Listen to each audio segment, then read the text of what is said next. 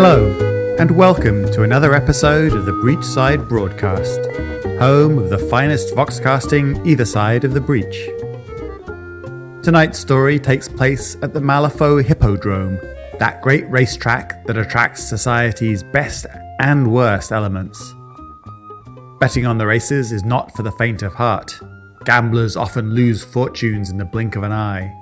And, if rumour is to be believed, not all races are entirely above board. A savvy wager can make you rich, but you're as likely to end the night destitute. And Malifaux is not kind to the poor, the desperate, and the downtrodden. With that in mind, I'd like to unveil a new segment on the show, the Breachside Broadcast's Betting Tips. In this evening's 100-metre dash, we give Creeping Matilda 4-1 odds. Creeping Matilda is made by Devious Machinations of Malifaux and came out on top in last year's winter trials. In the hurdles, we favour Colossus 3 from Bletchley Steamworks. This latest model improves on Colossus 2 by adding another set of legs and patented steel springs. Finally, in the steeplechase, we recommend the Emperor's Uncle. This enormous clockwork construct was imported from Budapest and has yet to race in Malifaux, but we at Breachside have a hunch it will not disappoint. We hope you enjoy your night at the races, and we wish you the best of luck on and off the track.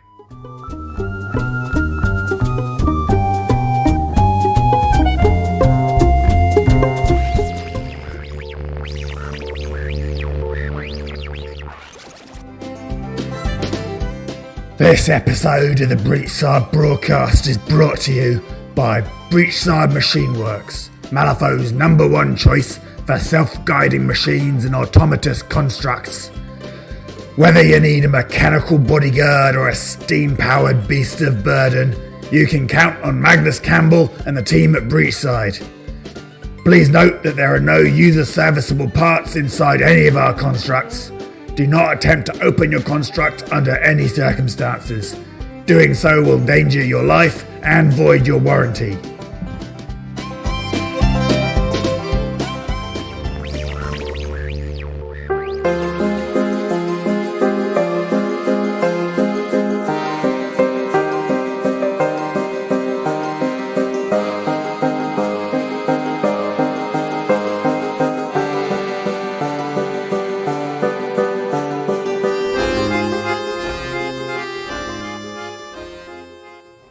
A Night at the Races by Matthew Farrer. The first Saturday night of the quarter, Open Carnival night, and the Malifaux Hippodrome was in gaudy, excited, slightly drunken bedlam. If you wanted to take cognac and snuff with Malifaux's rich and powerful, you wangled an invitation to the Prospero Club on the Old Spire Road. If you wanted bohemia, velvet coats and flamboyant poses, poetry and politics, coffee and absinthe, then the salons around the Star Theatre would consume all the nights you had to spare. Wanted to slum it? The current venue of choice was Foxhound Mews, just outside the Northern Quarantine Zone, where taverns and bawdy theatres catered to daring silvertails who wanted to boast they'd seen Malifaux's dark underbelly. But if you wanted to flash your looks and your jewels and your finest imported party clothes, you went to the Hippodrome for the Open Carnival. You'd make yourself gossip fodder, of course, but wasn't that the fun? Everyone wanted to see which young cad would flirt most dashingly while he was sober and disgrace himself the worst when he got drunk, and which normally demure society girl would come sashaying along the Red Pavilion promenade with a neckline that belonged in the Succubus Club. Who'd be calling on friends tomorrow for favours and loans after a drunken betting spree tonight? And who'd be slipping away in a discreetly hired gyro hansom? And who would they be slipping away with? There was a reason people called it Fast and Loose Night, archly pretending that they meant the races, as if anyone was fooled. Charles Hoffman was in the Hippodrome for the Open Carnival. He was not there to mingle, drink, or gossip. He was not even there for the races, strictly speaking. Duty called.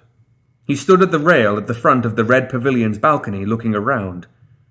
Directly below was the crowded public area where the regular racegoers haggled with bookies and shouted themselves hoarse whenever a race charged past.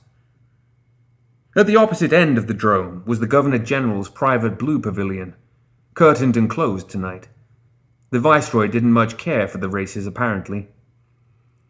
3 massive chandeliers hung from the vaulted and mirrored ceiling, lighting the whole space midday bright. That was impressive in itself. The Hippodrome wasn't the largest building in the city, but Hoffman thought it might well be the largest enclosed space. The ka-chunk of the starting gates brought a roar from the stands, and Hoffman leaned forward to watch. It was a wildly eclectic pack of racing constructs. Animal analogues, arachnids, bipeds, one on so many jointed legs it seemed to be trailing an undulating silver skirt. Barely in the lead was a blocky creation like an animated sawhorse, lower legs moving in a blur and hard India rubber feet beating an impossibly fast tattoo on the parquetry racetrack. Pacing it was an egg-shaped bipedal machine, bounding on chicken-like legs, trying to crowd its rival without actually colliding. Hoffman thought back to races at home, the horses' hooves making low, soft thunder on the turf. But here the racers came around the curve and past his vantage point with the most unholy metallic clatter and crash Hoffman had ever heard. He winced and glanced about, but nobody else seemed to mind. Most people were shouting and cheering too much to notice. The bounding bipedal egg lost ground around the second lap. It was well equipped for the straights, but couldn't corner without skidding and staggering. Its boxy rival was now fighting for the lead with a gaudy red and green arachnid. Hoffman watched this new machine, and his eyes narrowed as the pack clamoured and bashed its way to the post. "Summer Hubris," blared the announcer horns. "Congratulations to Summer Hubris for the win. Bio Louise for place. Second Marquis for show. Summer Hubris for the win. Constructed by Mr. Magnus Campbell of Breachside Mechanical Works. Conditioned by the same." Hoffman gave a small nod to no one in particular. "Would all racers for the Pembroke Memorial Trophy please assemble in Marshalling Yard 1. We remind our spectators that all wagers for the trophy must be made 5 minutes before gates down." Hoffman unfolded a set of miniature binoculars and sought out the winner's circle. Summer Hubris was the red and green spider, which had overtaken the over-energetic sawhorse in the last few yards. No surprise. The sawhorse wasted far too much energy with so much transmission gear that far down the legs. Inefficient and horribly accident-prone. Not a design he'd ever have entertained for his own works. Ryle probably would have. Ryle loved to mess with things, even impractical things. He used to insist that the built product could surprise you in ways that weren't predictable on paper. And even when they didn't work, he could still smile and clap when he watched them. For Charles, engineering was a cerebral process, chilly and grinding. But for his brother, it had always been an adventure and a joy. It was why their mechanics respectfully touched their cap brims when one of Hoffman's designs came to fruition, but threw their caps in the air with a huzzah when it was Ryle's. Hoffman became aware that he was biting his lip. Too much had happened too fast for him to be able to think about his brother with equanimity. Too much. He sighed and refolded the binoculars. Around him, the other spectators were all holding similar miniature race glasses, fancily ornamented and held on slender rods of brass or steel. He felt a momentary ridiculous urge to assure the people around him that his weren't race glasses. He wasn't here for frivolous things. He managed to chuckle at himself for that. Earnest to the point of prissiness, as Ryle had always teased him about. Anyway, the fact that he was here on duty would be obvious to everyone soon. That was part of the point of tonight. A public example had to be made. The binoculars went into a little case fastened to the heavy brass hoops sitting snugly over his hips, and Hoffman dropped his frock coat back down to cover it. Every coat he owned had been tailored to hide the lines of the heavy, lumpy brace that supported his torso and legs. As he looked out over the track again, his right hand stole down to his right hip and massaged the harsh edges of the frame joint there. It was a mannerism he'd grown so used to that he was unaware of it. His thumb and outside forefinger were hard with calluses from it. Race attendants in long olive drab smocks were out on the track, setting up bright yellow wooden frames. Interesting. A hurdles event would require variations in design. Legs would need to be sprung for heavy shocks as well as motive power, and cortices would need extra proprioception capacity to judge position in the air and correct when it hit ground. Fluid valves wouldn't work for balance. Or would they? Surely there was time to stay and watch one more. Sir. Or not. Ah, well. Yes, Demir? Observations from all 3 races match your predictions. Our mark has no further entries for tonight, but since the objective is to move while he's still in the carnival proper, so he hasn't tried to leave yet. Come around the front, please, Demir. I just like talking over my shoulder. The frame that supported Hoffman's polio-withered legs made it hard for him to twist on the spot. People always forgot, assuming he was as light on his feet as they were. Ryle had never forgotten. He had always fitted his movements in so naturally with his little brothers, with never a word said. You're at work, Hoffman reminded himself. Grieve when you're home. Demir stepped up to stand by him, staring out over the track. Hoffman, looking at his lieutenant's angular profile and then past it along the pavilion, noticed the sideways glances from the young ladies and the sour looks from the men. Demir had held a commission in the Ottoman Republican Cavalry before he'd come to Malifaux, and he wore the rather plain Guild-Guard lieutenant's uniform with as much flourish as though he'd just left a white charger waiting outside. He spent some time having his hand shaken and his back slapped in the winner's circle, Demir said, his dark eyes staying on the track. He is now moving into the members' enclosure. He has asked for champagne. Sergeant Aladek reports his words as being, "Better open a case, you fellows. I have a lot of friends here tonight." We are in position. Below them, the gates crashed down and the Pembroke Memorial began.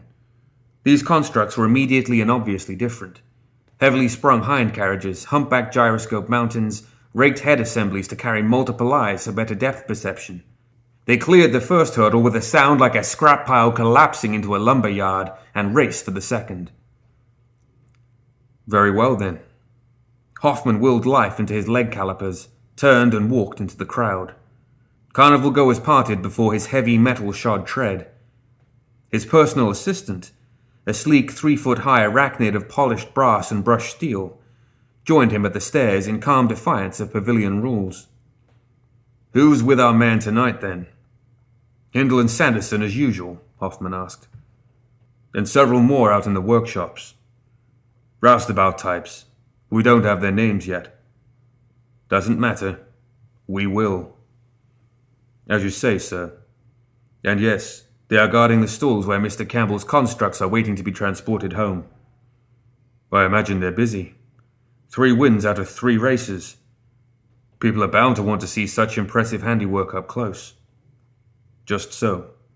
These men have been discouraging such close attention in quite forceful terms," Demir said, with a glint in his eye.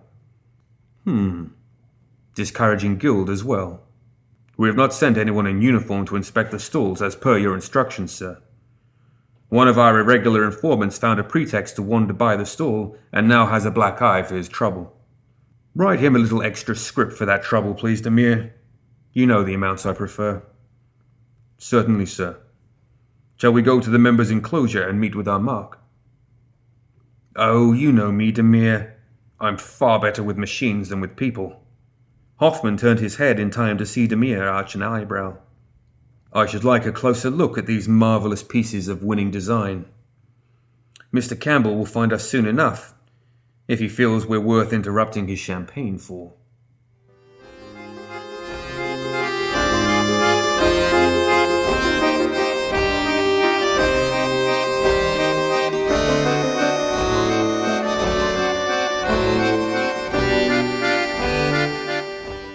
The workshops filled the role of racetrack stables, more or less.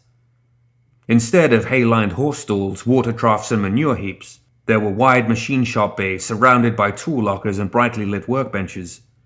Overhead rails carried mechanized carriages with chain hoists or powerfully magically wound clockwork motors for exotic mechanized tools.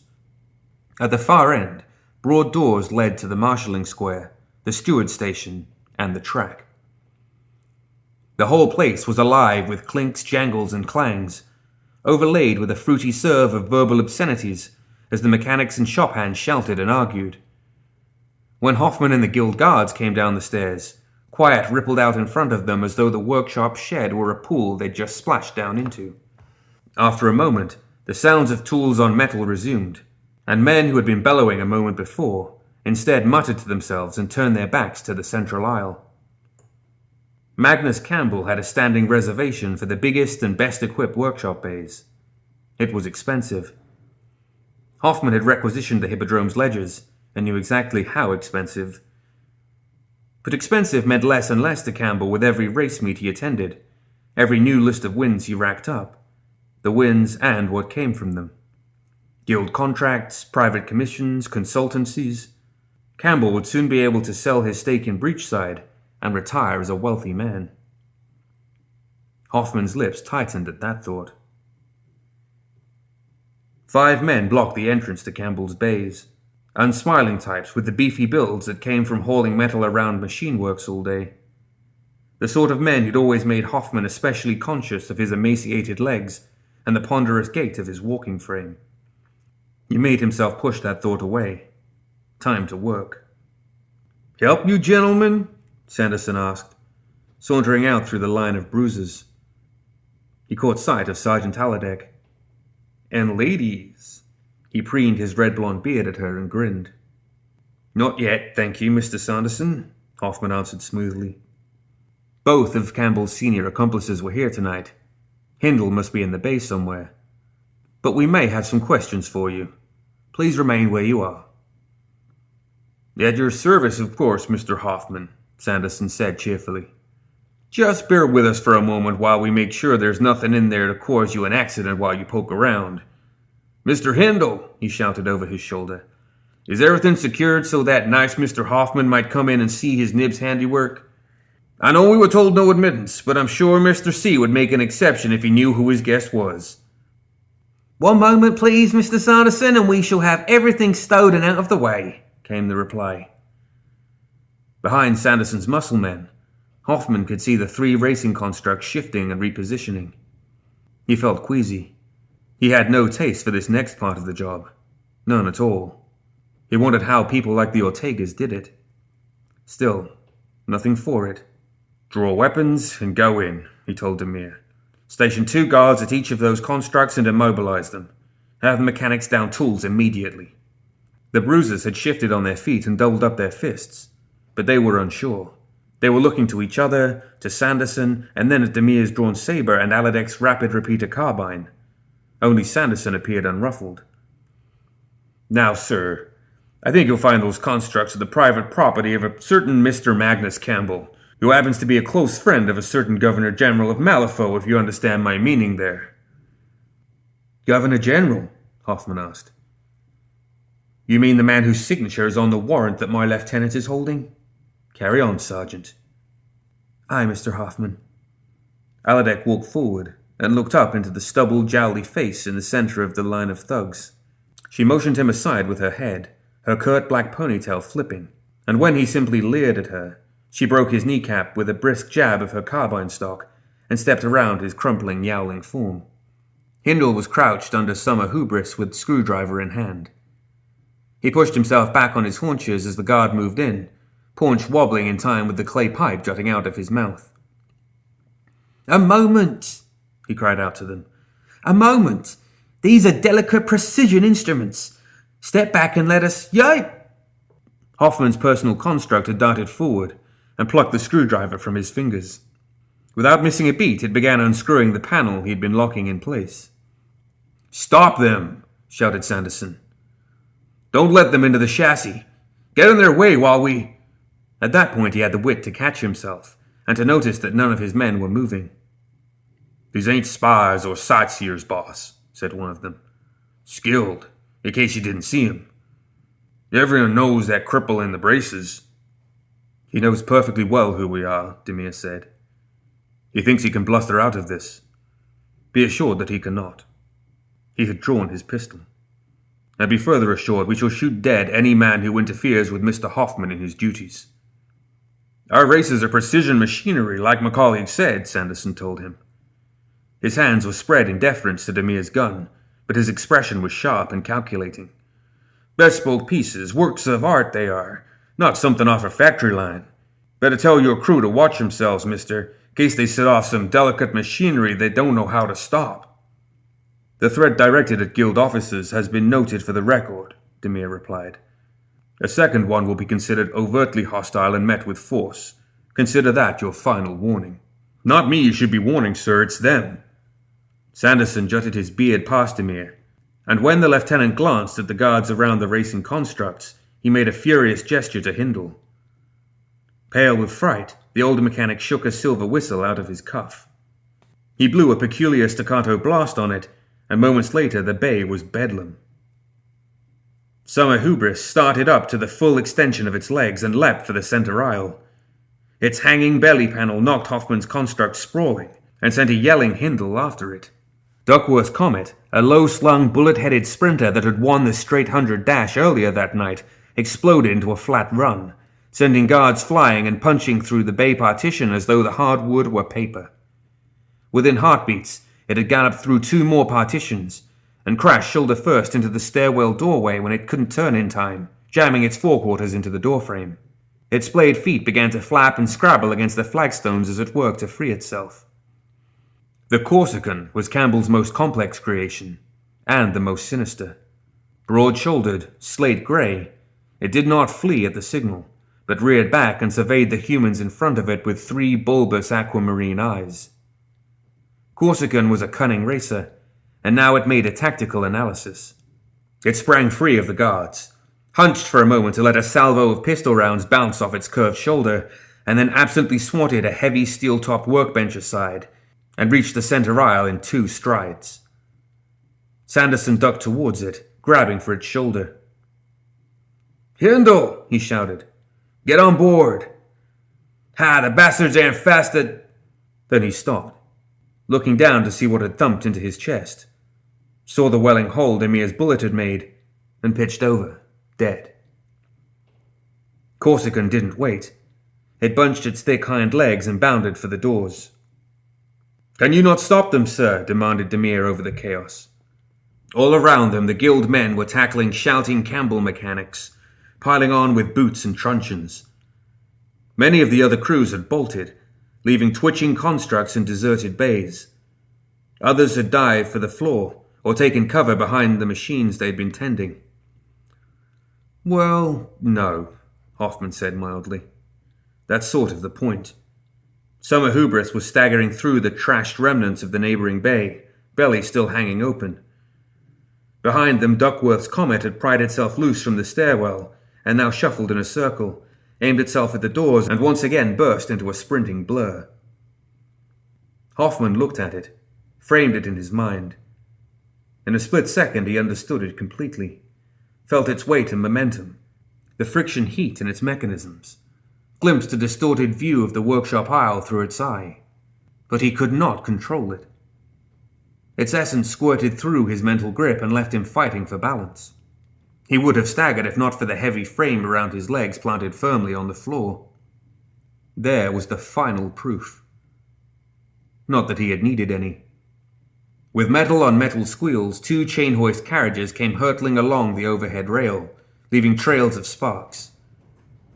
They beat Duckworth's Comet to the doors with seconds to spare, and the racers slammed into their hanging loops of chain, hard enough to wrench them halfway off their rail. Hoffman shook his head as if in rebuke, and the hoists rocked back, snapping their wheels back into place. Duckworth's Comet swung beneath them, pouring at the air, tangling itself firmly in place. Summer Hubris had finally got itself turned around and into the aisle. Demir and Aladek had shot out 2 of its eyes, and it was noticeably hobbling. It was a racer, not a war machine, but it still had the weight and power to crush a human to paste. "Leave off, I think," said Hoffman, but Demir and Aladek fired off another volley. What was it they said? "Cease fire!" he shouted. And that worked. They both looked at him. "My way won't risk ricochets," he said. Aladek shrugged. Hoffman pretended not to see that and glanced around the workshop again. Everywhere his gaze fell, constructs came alive. A long-limbed hurdler unbundled itself and leapt from its dormant crouch to block the aisle, to the alarmed shouts of the three mechanics who'd been sheltering behind it. Two thick-legged biped sprinters accelerated past it and scythed some of Hubris's legs out from under it like rugby players, their round iron holes ringing like kettle drums. As the rogue construct reeled, a roustabout machine stepped from the utility bay, grappled Summer Hubris in a steel cable lifting sling, and settled a heavy hydraulic clamp around its front left shoulder. With a groan of rupturing metal, the mounting gave out, and the whole row of limbs tore loose. Summer Hubris crashed onto its side, twitching and sparkling. "One to go, then," said Hoffman. With a tread like a drop hammer, he marched for the doors, passed under the ensnared Duckworth's Comet, and out into the marshalling square. Corsican was fast and smart, but not smart enough to know how to escape. It was blundering among herds of panicking racegoers, shattering rail fences, tearing down marquees and knocking bewildered constructs off their feet. The winner's podium where Magnus Campbell had collected his medals and ribbons had been stamped into splinters. Hoffman counted at least half a dozen human forms, sprawled on the ground, injured or dead. "Enough," he said aloud. Out of sheer reflex he reached out with his mind, but his thoughts skated off the wet red thing cocooned in Corsican's chest. But still there was something, some connection through the wires, the bellows, the implants. Corsican felt his touch, and understood what it felt. His eyes closed. Hoffman felt it surge toward him, feet clawing the gravel, building unstoppable speed. Then he crashed onto his side and yelled in pain as his walking frame dug into his flank. Demir was lying across from him, breathless from the running jump he had taken to knock Hoffman out of Corsican's path. "Sir, quickly!" He tried to drag Hoffman upright, but the weight of the harness balked him as the Corsican came about for another rush. Aladek was methodically puncturing its hip with carbine rounds, but they weren't slowing it. Hoffman's eyes half closed again. He could feel the hard shocks as slugs punched through the metal skin. Good guild doctrine: deform the joint with bullet hits and impede its movement. Corsican launched the charge that would trample him into red ruin. Hoffman let his eyes close all the way. He could distantly feel the pull on his shoulder as Demir tried to drag him out of the thing's path, but too slow. He heard Aladek shooting, but Corsican was too heavy for carbine rounds. That was fine. He was fine. Hoffman reached out again. It didn't take much to give him a hold. Any mechanism. Any metal on metal. He remembered train wheels answering his thought, leaping back onto the rails they'd come loose from, snapping into place and gripping. That day through the breach. The day he'd lost Ryle. He took hold of Corsican as it bore down on him. He felt the joints at its hips and knees. Good bearings, well lubricated, but the friction was there. He amplified it. The hot steel guts of its motor moving just so. He made it move differently. He grasped the forces at play in its balance and suspension, yanked them out of alignment and set them against one another. He slammed the focusing rings around those aquamarine eyes at speeds their designers had never allowed for. He gripped the spinal drive shaft and reversed it with a single wrenching thought, not bothering to adjust any of the mechanisms around it. 4 great strides into its charge, 3 strides away from Hoffman and the wild-eyed Demir, Corsican shrieked, juddered, and tore itself apart.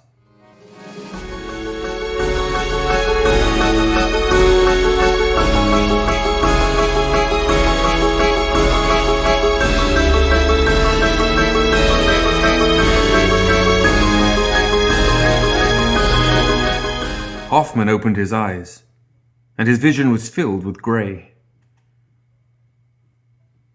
It took a moment before he realized that that was the Corsican's head, which had crashed to the gravel less than a foot from his face. With a wince, he pushed himself up into a sitting position, ignoring the twangs from his crooked legs, and looked around. Everyone near the workshop doors in the marshalling square was standing still. staring at him. "Well then," he said to Demir, who was up on one knee, with his pistol still trained on the Corsican's head. Even panting and covered in dust, the man still looked infuriatingly dashing. Hoffman suspected a few Society Bell's diaries would acquire florid new entries tonight. "What in the blazes went on here?" came a shout, and Hoffman actually smiled. Magnus Campbell stormed out of the crowd in a powder blue evening coat and shimmering bayou silk cravat, his face flushed from anger and alcohol. "You there, Hoffman, and whoever you are, you in the uniform. You can be sure I'll have your bloody commission for this. I'm on highly personable terms with the Governor-General himself. What do you make of that, eh?" "Well, nothing we didn't make of it when we heard it the first time," Hoffman said. He felt rather tired all of a sudden. He waved away Demir's proffered hand and gripped his leg frames with his mind. "Which of them told us that, Lieutenant? Sanderson or Hindle?" "Sanderson, I think, sir, before I shot him." That won them a brief silence. Hoffman spent it pulling his braces through a series of precise movements, scowling at the pain. Left leg lift just so, right leg bend in, shift weight to right hand and push forward, get centered, push up. Standing again, his ears ringing a little, he looked glumly at the gravel rash on his hands and up his forearms. "Yes, well, whatever you rabble think you're doing, I'll be taking possession of my constructs now, thank you. Where's Hindle? Lieutenant, could you possibly find out? But no, here's our answer." Hindle was shuffling out the workshop doors with 2 guards at his back, something ugly and dripping cradled in his arms, and a pair of leg cuffs secured at his ankles. When he dropped the thing in the gravel, a gasp went around the crowd. Someone screamed. It had once been a dog, before its limbs had been severed and the back of its head flayed and opened like a trapdoor. Most of its jaws were gone. Its ears, pitifully, were intact, but wet and limp in death. Brass fittings had been screwed over its eyes and the stumps of its legs. Its rear was caked with excrement, and the whole thing stank. Hoffman's mouth worked in distaste. Ryle had loved dogs. "From summer hubris, was it, Sergeant?" "I thought so." "Clever. Clever, Mr. Campbell." "Creating the controller is the hardest part of the constructs, isn't it, sir? Breachside Machine Works has always produced very fine components, but you were never known for your complete constructs. Not until this year. And suddenly you were making self-guiding machines for, the mines, the Freikorps," he gestured with his hand, "the races. There's been talk late into the night at the Prospero Club about how you've managed it. Apparently I was the best person to find out." He glanced up at the quivering Campbell, then over at Halodeck, standing under the swinging corpse of the Duckworth's Comet. 2 engineers were standing next to her, and the Comet's torso had hinged open. From the look on their faces, Hoffman guessed it stank as badly as the poor creature that had been sealed into summer hubris. "We think this one used to be a horse, sir," she called. "Thank you, Sergeant." He had to hand it to Campbell. The man didn't simply try to run. He whirled dramatically on the spot, flicked his hand in dismissive contempt, and made to stride off. The drama was short-circuited by the 3 burly guild guards who had quietly moved up behind him. A moment later he was spluttering in fury and dismay as he was frog-marched to where Hoffman stood. "Using animals was sick enough, Campbell. We'd have got to you eventually for that. And from now on, we'll treat animal disappearances around construct works as an automatic warning sign. But you overreached." He looked down at the hulk of Corsican. "We'll cut it open later. We'll do our best to find out who the poor wretch was, if you don't see fit to tell us. But I can sense the shape. You shouldn't have used a human, Campbell." Demir held out the warrant, but Hoffman didn't need to see it to recite it. "Magnus Campbell, by the authority of the Guild and the office of the Governor-General of the colony of Malifaux, you have forfeited your freedom and citizenship of that same colony by virtue of the crime of amalgamation, to which other crimes will be added at the viceregal pleasure." "Is that enough, Demir?" "Certainly, sir," if you insist on the formalities. Another character flaw of mine, Sergeant. Do your duty by Mr. Campbell and his men, please. The usual. Aye, Mr. Hoffman. Hoffman looked around at the wreckage. The trashed yards, the workshop full of debris and ruined constructs, and the shocked, quiet crowd. Well, Demir, we had discussed making a public example of Mr. Campbell and co. I think we can consider ourselves successful on that score, sir. Hoffman's ears were no longer ringing. He touched a finger to his nose and it came away dry. Time was a strain like killing Corsican would have had it bleeding freely. Perhaps Ramos had been right, and he was getting stronger. Well, he said and looked around again. I don't suppose we'll be very welcome to stay for the carriage races, will we? In strictest confidence, Mr. Hoffman. I think I'd rather see the evening out at Guild headquarters with a glass of that Kentish port you keep at the back of your valet stand. It's hard to keep secrets from you, isn't it, Lieutenant? Don't say that to me, sir. Do me a favor and tell the promotions board. The two men walked away through the enclosure, the crowd parting before them, and the hulk of the Corsican sprawled motionless at their backs.